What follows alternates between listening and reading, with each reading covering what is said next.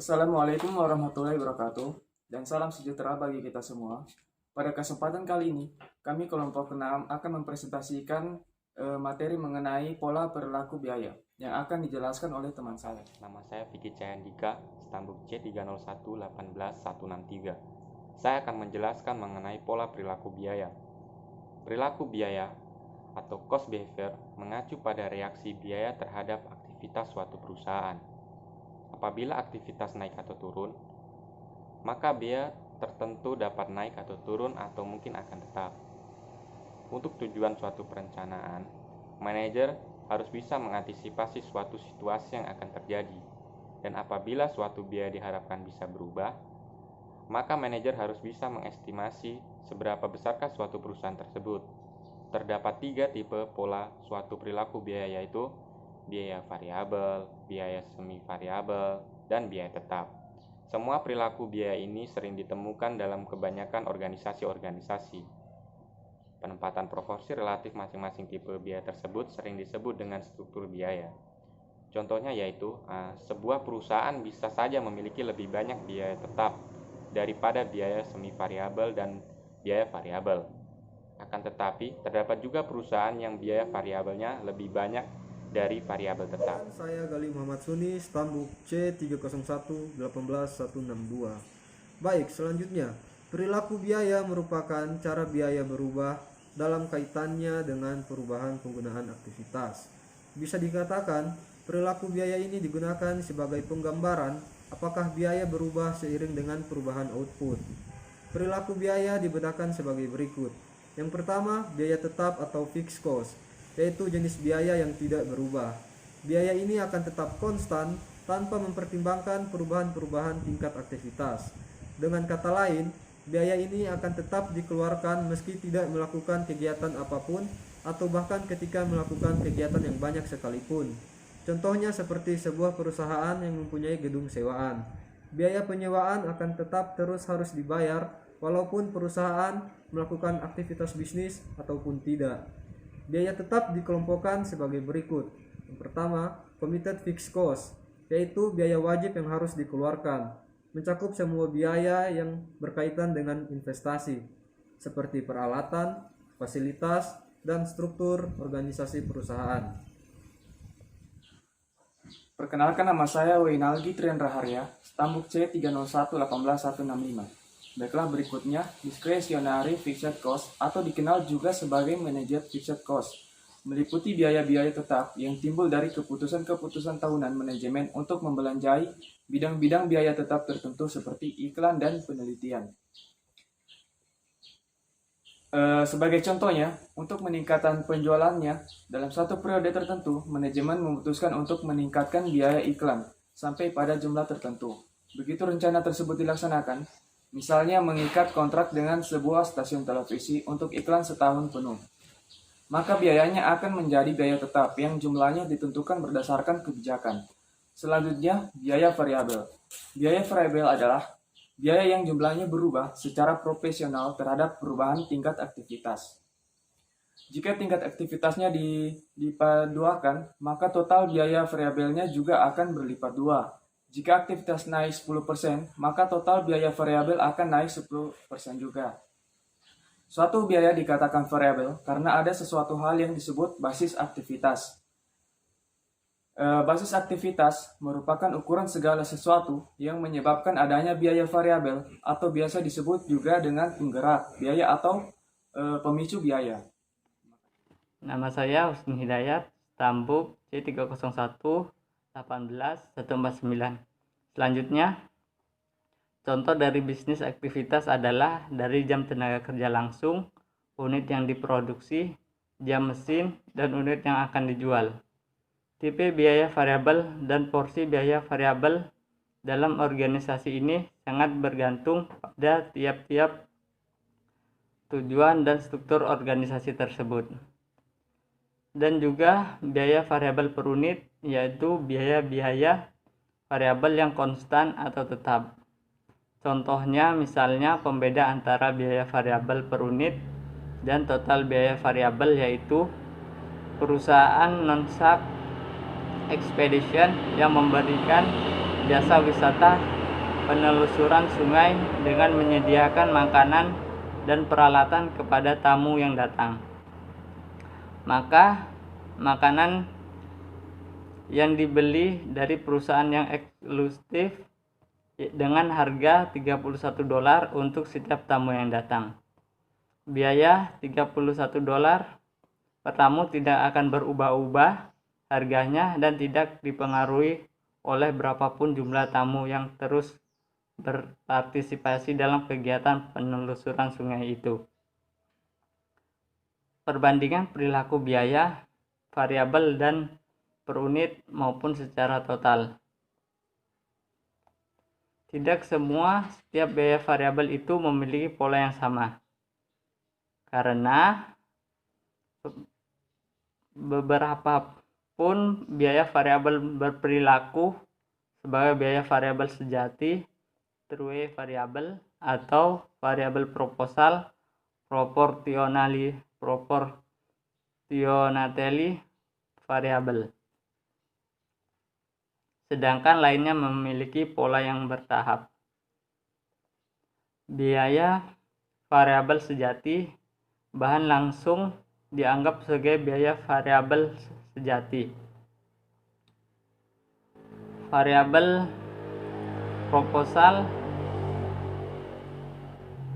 karena jumlah yang digunakan selama satu periode itu akan memiliki proporsi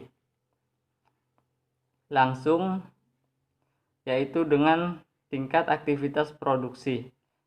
Lebih jauh, bahan langsung yang dibeli tetapi tidak digunakan itu juga dapat disimpan di gudang penyimpanan dan digunakan lagi pada periode yang akan datang. Perkenalkan, nama saya Pian Herianto, stambuk C301-18068. Baiklah, saya akan menyambung dari materi sebelumnya. Upah tenaga kerja pemeliharaan biasanya dianggap variabel tetap. Biaya tenaga kerja ini tidak memiliki perilaku yang sama dengan biaya bahan langsung. Tidak seperti biaya bahan langsung. Waktu kerja bagi tenaga kerja pemeliharaan ditentukan dalam bentuk borongan dalam waktu tertentu. Selain itu, jika jam kerja pemeliharaan tidak dimanfaatkan atau tidak disimpan dengan baik dalam waktu tertentu, maka akan hilang dengan begitu saja. Para tenaga kerja pemeliharaan akan bekerja sama secara efektif apabila dilakukan pengawasan dengan baik. Akan tetapi, mereka akan bekerja secara asal apabila pengawasan yang dilakukan tidak baik atau tidak ketat. Sumber daya yang diperoleh dalam jumlah besar, seperti pekerja pemeliharaan, dan yang biayanya meningkat atau berkurang hanya karena adanya perubahan yang besar dalam tingkat aktivitas, disebut biaya variabel bertahap atau variable cost. Perilaku biaya variabel bertahap berbeda dengan perilaku biaya semi variabel atau variabel sejati. Kemudian mixed cost atau semi variable cost, yaitu biaya yang di dalamnya terdiri dari komponen biaya tetap dan biaya variabel. Biaya ini pada umumnya terdapat pada komponen biaya tidak langsung. Karakteristik perilakunya tidak konstan seperti dua kelompok yang telah dijelaskan di atas. Dalam keadaan tertentu, jumlah biaya semi variabel akan menjadi lebih tinggi dalam satu tingkat aktivitas. Akan tetapi, dalam keadaan lain, bisa terjadi biayanya akan lebih rendah. Oleh karena itu, ditentukan keahlian khusus untuk bisa menentukan biaya variabel tersebut. Nama saya Kautsar, stambuk C301-18112. Saya akan melanjutkan pada bagian kedua, yaitu asumsi linearitas dan rentang relevan. Berhubungan dengan variabel, diasumsikan adanya suatu hubungan yang linear antara suatu biaya dan juga volume, kecuali yang ada dalam kasus biaya variabel bertahap. Ekonomi dengan benar yang dapat menggambarkan suatu biaya yang dikelompokkan sebagai biaya variabel sebenarnya memiliki sifat kurvilinear, meski ada beberapa biaya yang tidak semua linear dapat diplot sebagai suatu fungsi volume. Biaya ini merupakan suatu garis lurus linear yang dalam rentang sempit dalam suatu aktivitas yang dapat disebut sebagai rentang relevan atau relevan range.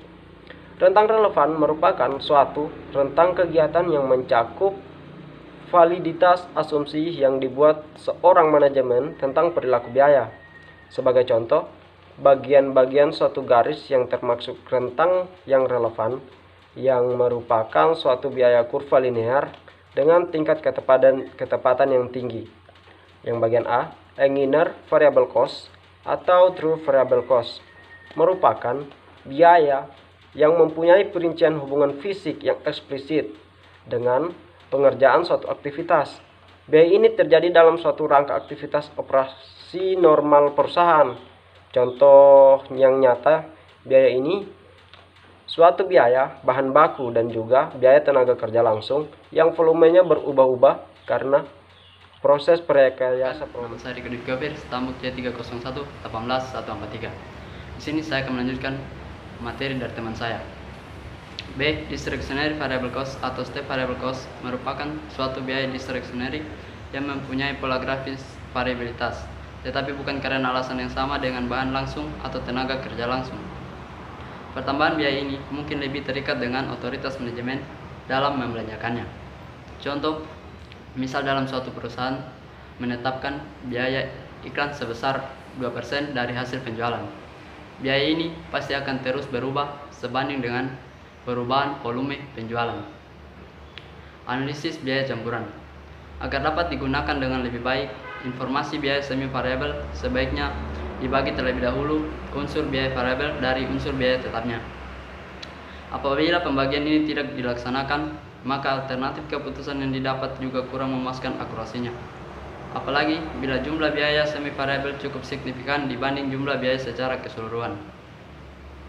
Terus, pemisahan unsur biaya tetap dan biaya variabel dari biaya semi variabel bisa dibuat dengan memakai metode titik tertinggi dan terendah, analisis regresi kuadrat terkecil, metode diagram benjar, dan metode regresi kuadrat terkecil.